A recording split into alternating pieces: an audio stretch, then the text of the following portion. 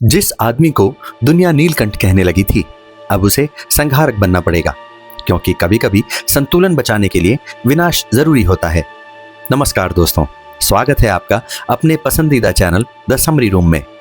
आज हम बात करने वाले हैं द ओथ ऑफ द वायुपुत्रास की शिवा ट्रिलॉजी का तीसरा और आखिरी भाग।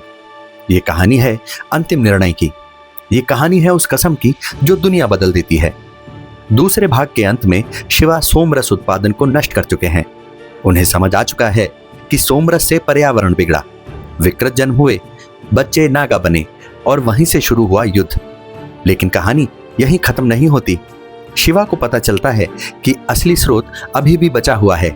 सोमरस का असली नियंत्रण एक प्राचीन और शक्तिशाली समूह के पास है, वायुपुत्र। वायुपुत्र एक गुप्त और अत्यंत शक्तिशाली योद्धा समुदाय है। वे तटस्थ हैं, वे खुद को संतुलन का रक्षक मानते हैं। लेकिन शिवा को जल्द पता चलता है कि वही लोग सोमरस की रक्षा कर रहे हैं, वही इसकी आपूर्ति और गुप्त ज्ञान संभालते हैं, यानी समस्या की जड़ उनसे जुड़ी है। इस भाग में राजनीति बहुत गहरी हो जाती है।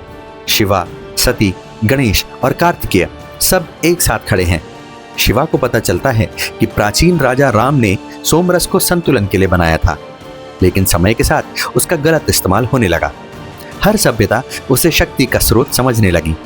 अब शिवा समझते हैं अगर संतुलन वापस लाना है तो सोमरस को पूरी तरह खत्म करना होगा। शिवा वायुपुत्रों से मिलने जाते हैं। वहां उनकी मुलाकात होती है उनके नेता से। वायुपुत्र शिवा को बताते हैं कि अगर सोमरस पूरी तरह नष्ट किया गया तो कई सभ्यताएं टूट जाएंगी, आर्थिक और सामाजिक ढांचा हिल जाएगा। लेकिन शिवा का जवाब साफ है, अगर गलत है तो उसे खत्म करना ही होगा। कहानी का सबसे भावनात्मक हिस्सा, एक युद्ध के दौरान सती गंभीर रूप से घायल हो जाती है और मर जाती है। ये पल शिवा को तोड़ देता है, लेकिन यही पल उन्हें महादेव बना देता है। वह सिर्फ प्रेमी या पति नहीं, अब वो संहारक हैं। शिवा को पता चलता है कि सोमरस का अंतिम और सबसे बड़ा भंडार देवगिरी में है। वो अंतिम निर्णय लेते हैं। देवगिरी पर हमला होता है, एक भयंकर युद्ध, और अंत में शिवा ब्रह्मास्त्र का उपयोग करते हैं। देवगिरी पूरी तरह नष्ट हो जाता है। सोमरस हमेशा के लिए खत्म हो जाता है। देवगिरी का विनाश इतिहास में दर्ज हो जाता है। कुछ लोग शिवा को भगवान मानते हैं, कुछ लोग उन्हें विनाशक। लेकिन सच्चाई ये है, उन्होंने संतुलन चुना। शक्ति का गलत उपयोग विनाश लाता है।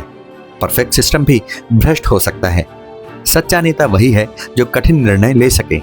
कभी कभी अच्छाई के लिए विनाश जरूरी होता है। अब शिवा सिर्फ नीलकंठ नहीं, वो अब महादेव हैं। कहानी के अंत में शिवा इतिहास बन जाते हैं। उनका नाम एक किंवदंती बन जाता है। लोग उन्हें भगवान के रूप में पूजने लगते हैं। लेकिन ट्रिलॉजी का असली संदेश यही है, भगवान पैदा नहीं होते, वे अपने कर्मों से बनते हैं। अगर आपको ये कहानी पसंद आई हो तो इस किताब को जरूर पढ़ें। पूरा अनुभव किताब पढ़कर ही मिलेगा। बुक खरीदने का लिंक आपको डिस्क्रिप्शन में मिल जाएगा। लेखक को सपोर्ट करना बेहद ज़रूरी है।